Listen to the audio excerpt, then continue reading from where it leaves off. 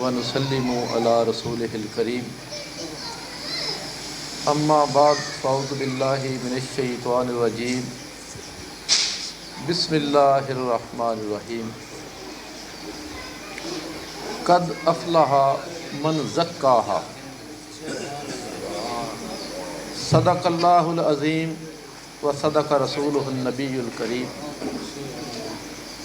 ان اللہ و ملائکتہ یصلون علی النبی یا ایھا الذین آمنوا صلوا علیہ وسلموا تسلیما درود شریف باواز بلند الصلاۃ والسلام علیکہ یا سیدی یا رسول اللہ وعلی آلک و صحابک یا حبیب اللہ الصلاۃ والسلام علیکہ یا سیدی یا رسول اللہ وعلی آلک و صحابک الصلاۃ والسلام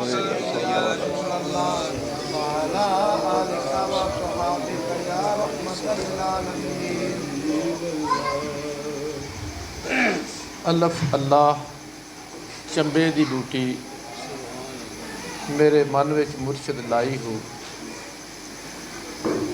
نفی اسباب دا پانی ملیس ہر رگے ہر جائی ہو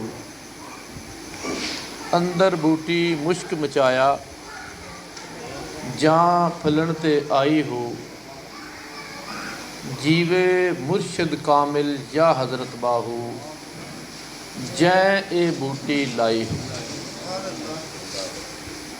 نہایت ہی واجب الاحترام معزز سامعین اکرام السلام علیکم ورحمۃ اللہ وبرکاتہ۔ بندہ ناچیز اصلاحی جماعت و عالمی تنظیم العارفین کا نہایت ہی ادنا ترین رکن اور خادم ہے جو دربار عالیہ حضرت سخی سلطان باہو صاحب رحمۃ اللہ علیہ سے چلائی گئی ہے، جس کا مقصد اور مشن یہ ہے کہ قرآن و احادیث کی روشنی میں اولیاء کاملین کی تعلیمات کو لوگوں تک پہنچایا جائے۔ میرے بھائیوں بزرگوں، یہ جو کوئی محفل پاک کا اہتمام ہوتا ہے، درس کا کوئی اہتمام ہوتا ہے، تو ہمیں ایک چیز ذہن میں رکھنی چاہیے کہ جب ہم گھر سے نکل پڑے ہیں، وقت نکالا ہے، تو کوشش یہ کی جائے کہ پوری طرح اس سے فیض یاب ہوا جائے۔ درس کا اور محفل کا مقصد یہ ہے کہ کچھ نہ کچھ حاصل کیا جائے، روایتی بات نہیں کہ آئے تقریر سنی، سر سنی اور چلے گئے۔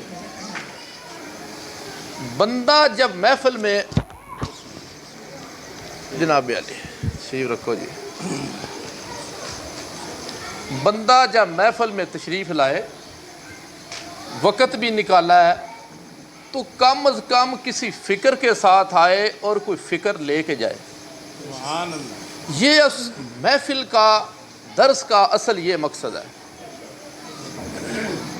باقی لنگر پکانا، لنگر کھانا، یہ اس کا ایک حصہ ہے، یہ مہمان نوازی ہے، مہمان کی خدمت ہے۔ تو اس لیے میرے بھائی محترم،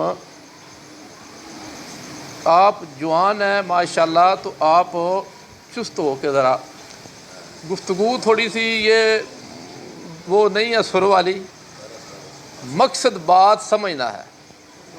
تو میں خود بھی سمجھنا چاہتا ہوں، ہم سب مل کے سمجھیں گے۔ کوئی میں عالم فقیہ نہیں ہوں کہ میں سمجھا ہوا ہوں آپ کو سمجھانا ہے، بھئی میں نے بھی سمجھنا ہے، آپ نے بھی سمجھنا ہے۔ تو اللہ پاک کی بارگاہ میں یہ دعا ہے کہ جس طرح بھائی منقبت پڑھ رہے تھے نا، ان کے الفاظ پہ غور کریں، ان کا صدقہ ہمیں بھی فیض یاب عطا فرمائے۔ تو میں نے جو تلاوت قرآن پاک کی مختصر سی صورت آیت مبارک تلاوت کی ہے، قد افلح من زکاہا، اس پہ ذرا غور کرنے کی ضرورت ہے۔ انسان دنیا کے اندر کوئی بھی کام کرتا ہے، کوئی پیشہ اختیار کرتا ہے، تو اس کے لیے وہ کچھ بنیادی چیزیں حاصل کرتا ہے۔ وہ اس کی کوئی تربیت لیتا ہے، وہ اس کی کسی سے ٹریننگ سمجھ بوجھ حاصل کرتا ہے۔ کس لیے؟ کہ میں اس کام کو اچھے طریقے سے بہتر انداز سے سر انجام دے سکوں۔ یہ تو ایک دنیا داری کی بات ہے کہ جب ہم نے اللہ کی طرف سفر شروع کرنا ہے تو کیا پھر ہمیں تربیت کی ضرورت نہیں؟ کوئی بنیادی چیز سمجھنے کی ضرورت نہیں کہ جس کی طرف ہم نے سفر کرنا ہے اس کے لیے ایک اسٹوڈنٹ ہے، وہ ادارے میں نہیں جاتا، وہ شاید علم تو پڑھ لے لیکن جو اس نے ادارے میں جا کے کچھ سیکھنا تھا کہ کلاس میں کس طرح بیٹھنا ہے، نظم و ضبط کیا ہے، استاد کا کس طرح احترام کرنا ہے، دوستوں کے ساتھ کس طرح رہنا ہے، وہ ماحول حاصل نہیں کر سکے گا۔ اسی طرح میرے بھائی جب علم پڑھا، علم حاصل کیا، تو علم حاصل کرنے کے بعد اس کے ساتھ جو ہماری تربیت ہے وہ ضروری ہے۔ علم تو ہر بندے کے پاس ہے، بنیادی علم کس کے پاس نہیں ہے؟ ہر بندے کو پتہ ہے یہ گناہ ہے، یہ ثواب ہے، یہ اچھا ہے، یہ برا کام ہے، لیکن جب تک بندے کی تربیت نہ ہو، اس کی باطنی طور پر تربیت نہ ہو، اس وقت تک بندہ اس علم سے صحیح فائدہ اٹھا نہیں سکتا۔ جب ہم نے اللہ پاک کی طرف سفر شروع کرنا ہے تو پھر ہم نے کیا کرنا ہے؟ تو اولیاء کاملین یہ فرماتے ہیں کہ جب ہم اللہ کی طرف سفر شروع کریں گے تو جو اللہ پاک کی صفات ہیں اس پہ غور کرنا پڑے گا۔ وہ سبحان بھی ہے، وہ قدیر بھی ہے، وہ علیم بھی ہے، وہ غفور بھی ہے، وہ رحیم بھی ہے۔ تو جو اللہ پاک کی صفت سبحان ہے، اللہ پاک پاک ہے، ہماری سمجھ سے ماورا اللہ تعالیٰ اپنی ذات کے اندر جو ہماری سمجھ کے میں بات نہیں آ سکتی، اس کی پاکی اس کی ذاتی ہے، اور جو فیض ہم اس سبحان سے لیں گے وہ ہمیں اس صفت سے کچھ عطا ہو جائے گا، اس سے ہمیں کچھ عطا ہو جائے گا۔ اور اللہ تعالیٰ کی جو پاکی ہے وہ ہماری عقل میں سمجھ میں ہم اس کو اپنی ذات میں اس کا کوئی نقشہ نہیں بنا سکتے، سمو نہیں سکتے۔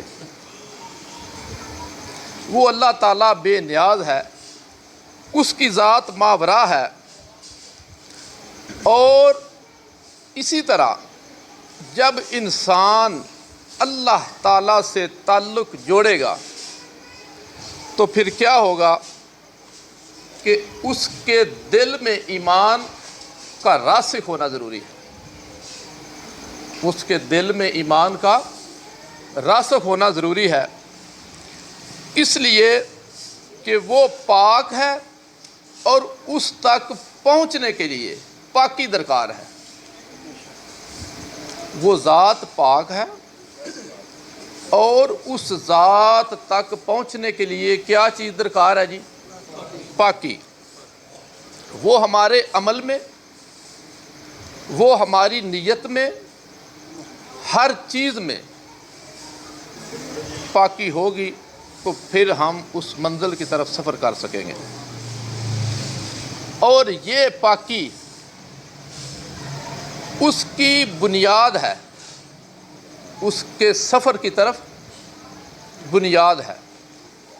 اسی طرح وہ علیم ہے، اس کے لیے علم ہونا ضروری ہے۔ جب ہم اس علم سے فیض یاب ہوں گے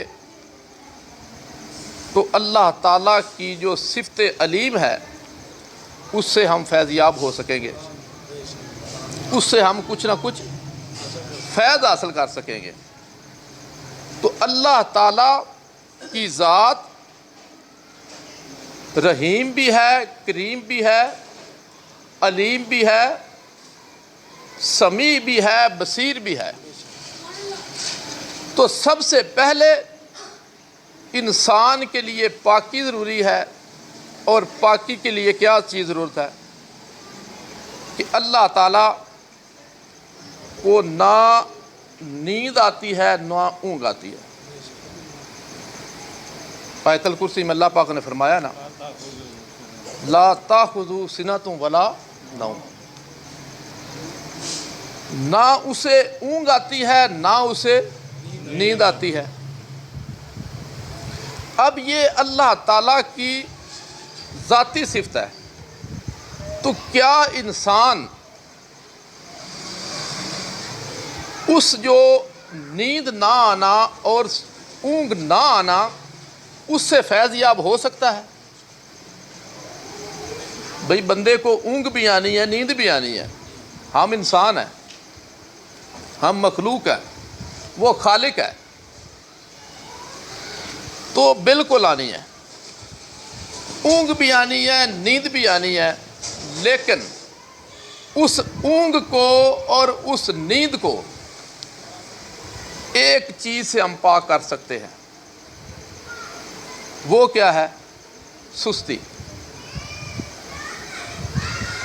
جب ہمارے وجود میں سستی نہیں ہوگی، اللہ تعالیٰ کے ذکر میں مشغول ہوں گے، ہمارا دل ذکر الہی سے مشغول ہوگا، اس میں مشغول ہوگا، تو پھر وہ جو نیند آئے گی نا، جو اس کی یاد میں نیند آئے گی، اس کی یاد میں جو اونگ آئے گی، تو وہ نیند اور وہ اونگ، وہ یہ دنیا داری کی اونگ نیند نہیں ہوئے گی کہ جو ذاتی اپنی ذات کے لیے اونگ لی اور لی۔ جی وہ اکثر شعر پڑھتے ہیں کیا، کھلے آنکھ میری سلے میں سو جاؤں یا مصطفیٰ کہتے کہتے۔ تو وہ جو سونا ہے وہ کیا ہے، اور وہ جو اٹھنا ہے کھلے آنکھ سلے اللہ کہتے کہتے۔ بھائی پھر وہ نیند بھی بیکار نہیں ہے، نیند میں بھی انسان سفر کر رہا ہوتا ہے، نیند میں بھی اونگ میں بھی سفر کر رہا ہے، لیکن کب؟ جب چہرہ مصطفیٰ، یاد مصطفیٰ، ذکر مصطفیٰ ہمارے قلوب میں ہوگا۔ جب ہم ذکر میں ہوں گے تو بھائی ہماری نیند بھی عبادت میں ہوگی۔ صوفیاء اس کو فرماتے ہیں کہ اگر تم اپنی اونگ اور نیند کو محفوظ رکھنا چاہتے ہو، اس کی قیمت بنانا چاہتے ہو، تو پھر اپنی اونگ کو، نیند کو، اس کے لیے ضروری ہے کہ دل ذکر خدا، ذکر مصطفیٰ میں لگا لو۔ پھر وہ تمہاری اونگ وہ اونگ نہیں ہے جو غافل کی اونگ ہے، پھر وہ تمہاری نیند وہ نیند نہیں ہے جو غافل کی نیند ہے۔ کہ اپنے لمحات کو ہم قیمتی بنا لیں، جب یہ ہم کریں گے تو پھر کیا ہوگا؟ اور ظاہری طور پر بات ہو رہی ہے پاکیزگی کی، جو میں نے آیت مبارکہ تلاوت کیا ہے، اس پہ ذرا غور کرنا ہے۔ جب ہم نے کوئی عبادت کرنی ہے تو سب سے پہلے ضروری یہ ہے کہ ہمارا جسم پاک ہو، کپڑے پاک ہو، باوضو ہو۔ جب ہم وضو کریں گے تو وضو بھی نور ہے۔ کیا جی؟ وہ جسم دے عذاب وضع کر دے، پاک کر دے۔ اور جو وضو کرتے ہیں، 5 وقت نماز ادا کرتے ہیں، قیامت کے دن ان کے چہرے چوندوی کی چاند کی طرح چمک رہے ہوں۔ وضو کوئی چھوٹی چیز نہیں ہے۔ اور حضور صلی اللہ علیہ وسلم نے فرمایا کہ وضو پر وضو کرنا کیا ہے؟ نور پر نور چڑھانا ہے۔ تو سب سے پہلے وضو کیا، وضو سے اس کے بعد کیا کرنا ہے؟ غسل۔ غسل سے اپنے جسم کو پاک کیا۔ یہ ظاہری طہارت کی بات ہو رہی ہے۔ وضو کیا، غسل کیا، اس کے بعد جس نے علم حاصل کیا، جو عالم ہے، اس کے لیے کون سی اب طہارت ہے آگے؟ یہ تو ہے عام بندے کے لیے۔ بھئی اس نے وضو کیا، غسل کیا، وجود کو پاک کیا، کپڑے صاف پہنے، عبادت میں لگ گیا۔ اور جو عالم ہے اس کی طہارت کیا ہے؟ وہ اپنی عقل کو پاک کرے گا۔ علم اس کا تب اس کو فائدہ دے گا جب اپنی عقل کو پاک کرے گا۔ اس کی فکر، اس کی نیت، اس کا شعور پاک ہوگا۔ اس کا علم تب اسے فائدہ دے گا۔ اس کا علم اس کے لیے تب نفع بخش ہوگا۔ اس کا علم لوگوں کے لیے تب علم نافع ہوگا کہ جب اس کی عقل، اس کا شعور، نیت، سوچ کیا ہوگا جی؟ پاک۔ کیونکہ عالم ہے وہ۔ عالم کا اور عام بندے کی عبادت ایک برابر نہیں ہے، اور عالم کا جرم اور عام بندے کا جرم بھی برابر نہیں۔ ٹھیک ہے؟ اس لیے اس کو اب ضرورت کیا ہے کہ اس نے لوگوں تک پیغام دینا ہے۔ اس نے علم حاصل کیا، اس نے سیکھا ہے، اس نے لوگوں تک پیغام پہنچانا ہے۔ اب اس کی نیت، اس کا شعور، اس کی عقل، اس کی فکر کیا ہوگی؟ پاک ہوگی۔ تو اس کے بعد اس کی ترقی شروع ہوگی۔ خالی علم پہ نہیں میرے بھائی، علم تو ہر بندے کے پاس ہے، کسی کو چھیڑ کے دیکھ لے۔ ہاں جی، وہ سائنسدان بھی ہے، وہ ڈاکٹر بھی ہے، وہ عالم بھی ہے۔ تو شیطان نے بھی تو علم پڑھا ہے، لیکن سجدے کی توفیق نہیں، تو راندہ درگاہ ہو گیا ہے۔ شیطان جتنا علم کسی نے پڑھا ہے، 50,000 سال علم اس نے اللہ کی ذات سے پڑھا ہے، 50,000 سال اس نے فرشتوں کو پڑھایا۔ تو ہماری تو عمر نہیں 50,000 سال جناب۔ اس لیے بنیادی نقطے کو سمجھیں۔ اسی طرح جب ہم اس سلسلے میں چلیں گے تو پھر ہمارا یہ وجود اور ہماری روح ترقی کی طرف سفر کرے گی، ورنہ ادھر ہی رکے رہیں گے۔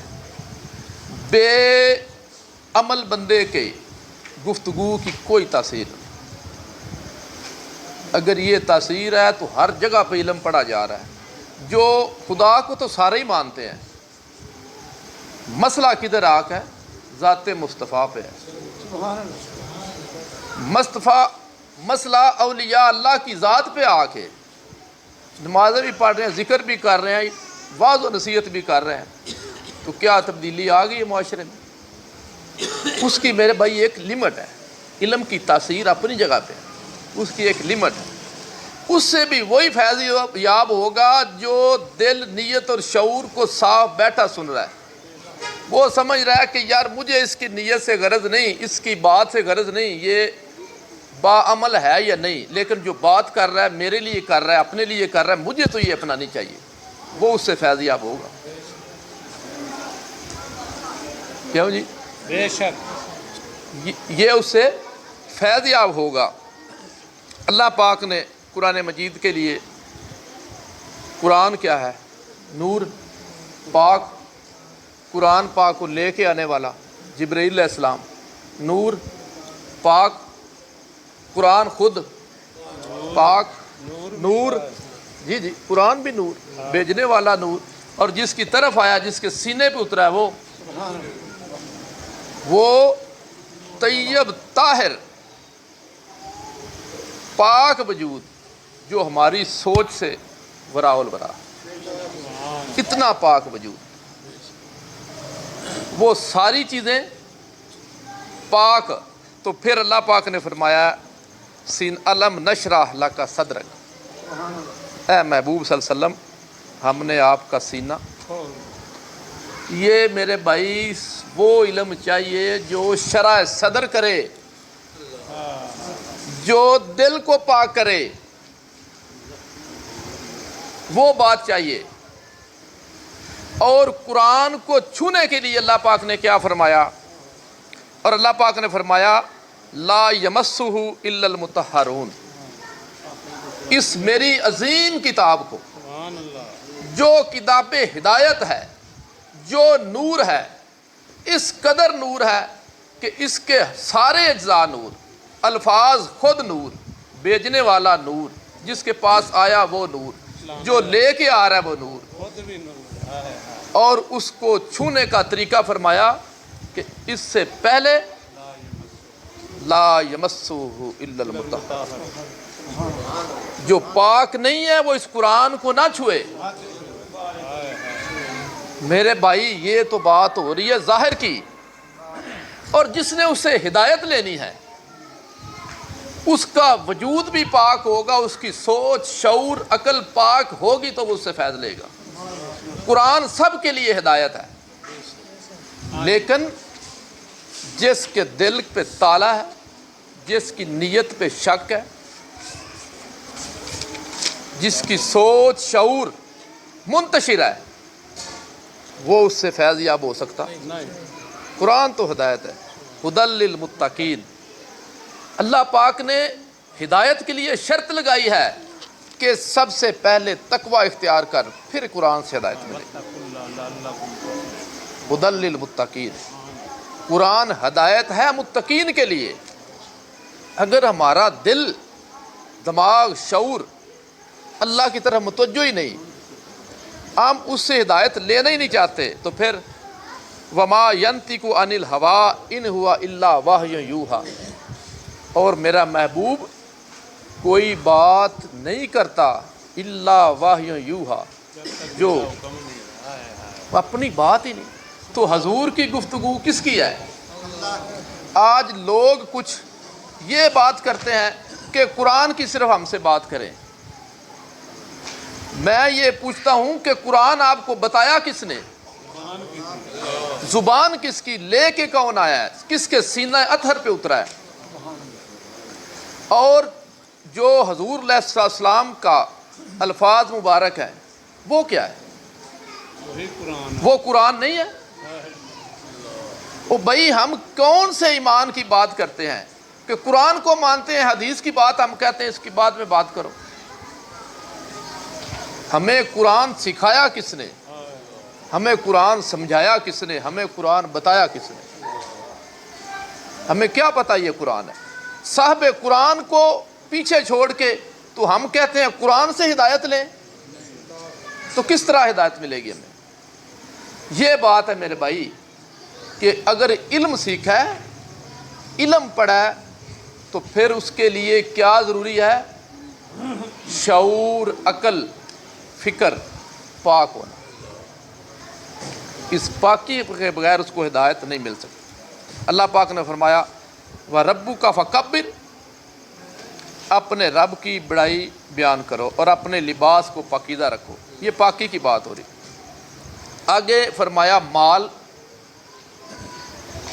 اللہ پاک نے قرآن مجید میں فرمایا اپنے محبوب صلی اللہ علیہ وسلم کو، خذ من الاموالہم صدقہ، اے محبوب صلی اللہ علیہ وسلم ان سے مال لیں صدقہ۔ خذ ویسے حکمن بات ہے، یہ اللہ پاک فرما رہا ہے محبوب ان سے چھین لو، کس لیے؟ تطہرہم وتزکیہم، تاکہ ان کا مال پاک۔ اللہ پاک چاہتا ہے کہ تمہاری تطہیر ہو جائے اور تمہارا تزکیہ ہو جائے، اللہ اللہ، کیونکہ اس میں سب سے پہلی رکاوٹ مال ہے۔ نعرہ تکبیر، نعرہ رسالت، نعرہ تحقیق، نعرہ حیدری، نعرہ غوثیہ، یا غوث اعظم اولیاء کرام زندہ آباد۔ تو اللہ پاک کیا چاہتا ہے کہ بندے کو پاک کرنا چاہتا ہے۔ اللہ کو مال کی ضرورت نہیں، اللہ نے دیا نا، یہ کس نے ہر چیز دی ہے؟ ہمارا وجود، ہماری سانسیں اپنی نہیں ہیں، وہ ہمیں پاک کرنا چاہتا ہے۔ اگر مال لے رہا ہے، صدقے کا حکم ہے، زکوٰۃ کا حکم ہے، حج کا حکم ہے، روزوں کا حکم ہے، تو کیا ہے کہ اس کا تزکیہ ہو جائے، اس کا تصفیہ ہو جائے، پاک ہو گئی، یہ پاک ہو جائے۔ اللہ پاک اس کو پاک کرنا چاہتا ہے۔ اور اسی طرح جو صفت سبحان ہے اللہ پاک کی پاکی کی ذات کے ساتھ، اس کا مسئلہ کیا ہے؟ یہ ہم کس چیز کی وجہ سے ہم اس سے دور ہو جاتے ہیں کہ جب انسان کے وجود کے اندر وسوسہ آتا ہے، وسوسہ جب آتا ہے تو کیا ہوتا ہے؟ انسان ڈگمگا جاتا ہے، شک میں پڑ جاتا ہے، اور جو شک میں پڑ گیا وہ ناکام ہو گیا۔ اللہ پاک فرماتا ہے وَاعْبُدْ رَبَّكَ حَتَّى، اذان سن لیجیے۔ سیدی یا رسول اللہ وعلیٰ علیہ وصحبہ یا حبیب اللہ۔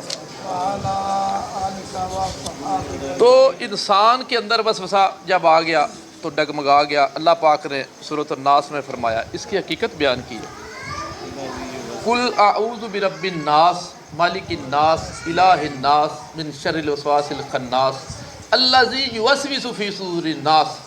اب اس کو مختصر کرتے ہیں کہ جو شیطان ہے وہ انسان کے دل میں کیا کرتا ہے جی؟ وسوسہ ڈالتا ہے۔ جب وسوسہ آ گیا تو بندہ برباد ہو رہا ہے۔ ہاں جی، وہ پندرہ ہی کافی۔ انسان کا یہ سینہ ہے دل، وسوسہ بھی اس جگہ پہ اور اللہ کی ذات کی محبت بھی اسی دل پہ، یقین بھی، یقین بھی در۔ اب اگر وسوسہ آ گیا تو محبت کمزور ہوگی، ادھر ایک چیز نہیں رہنا ہے پختہ ہو کے۔ یہ سینہ کیا ہے؟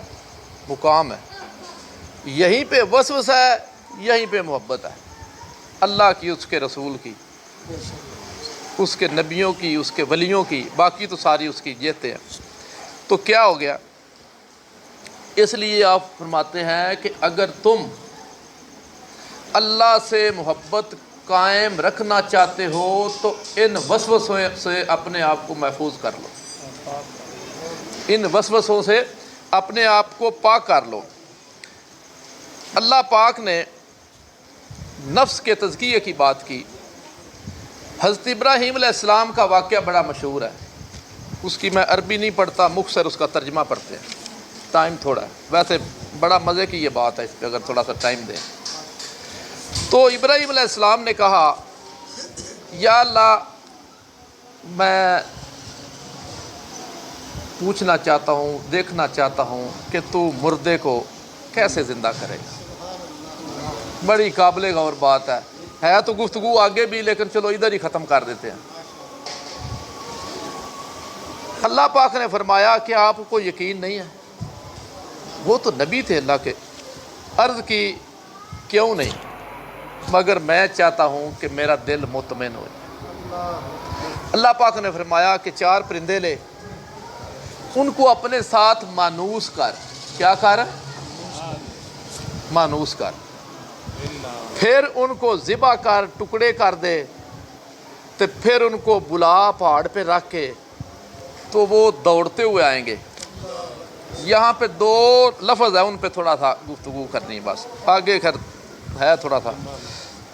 ایک اس میں اللہ پاک نے فرمایا ہے کہ ان کو اپنے ساتھ مانوس کرو۔ اب مجھے یہ بتائیں، قابل غور بات ہے بیٹا جی، ذرا تھوڑا سا ٹائم چاہیے۔ اللہ پاک نے انسان کو پیدا کیا ہے، اپنی محبت اس کے سینے میں نہیں ڈالی، مانوس نہیں کیا۔ یہ مثال اللہ پاک نے قرآن سے دی ہے، اس پہ غور کریں۔ قرآن کے الفاظ ہیں سعیا، دوڑتے ہوئے۔ پرندے مانوس کریں، ابراہیم علیہ السلام وہ شعور انسانی نہیں رکھتے، اس کو ذبح کر دیا جائے، ٹکڑے کر دیے جائیں، اتنا مانوس کیا ہے کہ بلا رہے ہیں تو سعیا قرآن کہتا ہے کہ وہ دوڑتے ہوئے آتے ہیں۔ یار جس انسان کو اللہ نے پیدا کیا ہے، اللہ پاک نے اس کے سینے میں محبت رکھی، وہ محبت وہ جانوروں کی ہو سکتی ہے؟ تو جب وہ بلاتا ہے تو ہم یہ سعیا کیوں بول جوتے ہیں، ہم دوڑتے ہوئے کیوں نہیں آتے؟ اس بات پہ غور کریں۔ سعیا، دوڑتے، اڑ کے نہیں، آرام سے نہیں، سعیا صحیح کرتے ہوئے، دوڑتے ہوئے۔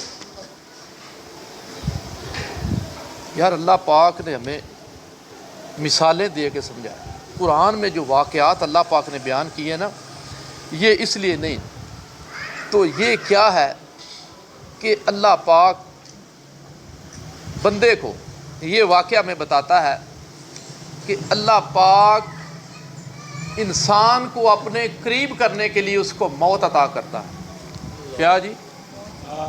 موت کون سی؟ نفس کی موت، نفس کی موت، اور نفس کی موت دے کے ہمیشہ کے لیے زندہ کر دیتا ہے۔ نفس کی موت دے کے وہ ہمیں ہمیشہ کے لیے زندگی دینا چاہتا ہے، ہم اس سے دوڑتے ہیں زندگی سے۔ تو موت کیا ہے؟ موتو قبل ان تموتو، مرنے سے پہلے مر جاؤ۔ اس کا مطلب یہ ہے کہ نفس مر جائے اور دل زندہ ہو جائے۔ اور دل کے لیے کیا ہے؟ الا بذکر اللہ تطمئن القلوب۔ اگر دلوں کی زندگی چاہتے ہو، دلوں کا اطمینان چاہتے ہو تو میرا ذکر کرو۔ اللہ پاک نے فرمایا وَاذْكُرْ رَبَّكَ فِي نَفْسِكَ تَضَرُّعًا وَخِيفَةً وَدُونَ الْجَهْرِ مِنَ الْقَوْلِ بِالْغُدُوِّ وَالْآصَالِ وَلَا تَكُن مِنَ الْغَافِلِينَ۔ ذکر کرو اپنے رب کا سانسوں کے ساتھ، عاجزی سے، خفیہ طریقے سے، بغیر آواز نکالے، اور غافلین میں سے مت بنے۔ اللہ تعالیٰ نے دو سانسیں عطا کی ہیں، سانس نیچے جائے اللہ ہو، باہر آئے ہو۔ جب یہ ضرب لگائیں گے، سانس کا تعلق دل سے ہے، سانس کا تعلق دل سے ہے۔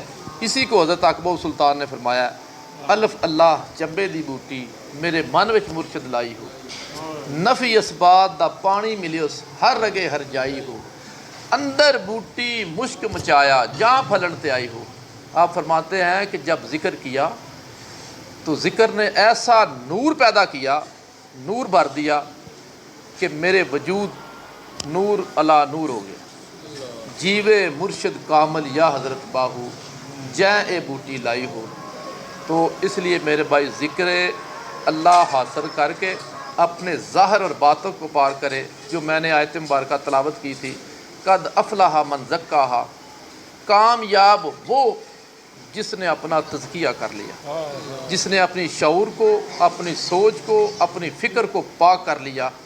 اگر آپ قرآن سے ہدایت لینا چاہتے ہیں تو پھر اس کے لیے یہ ضروری ہے کہ ہم اپنا تزکیہ کریں، اور تاکہ ہمیں اللہ پاک کی ذات کا قرب و وصال حاصل ہو۔ اللہ پاک کی بارگاہ میں دعا ہے کہ وہ ہماری مختصر سی حاضری قبول فرمائے۔ اس میں سے جو حق تھا وہ اللہ کی طرف سے تھا، جو کچھ لغزش تھی وہ میری خطا سی۔ اللہ تعالیٰ کی بارگاہ میں ملتمس ہوں کہ میری کمی کوتاہی معاف فرمائے، اور ہم سب کی حاضری اپنی بارگاہ میں قبول فرمائے۔ وما علینا الا البلاغ المبین۔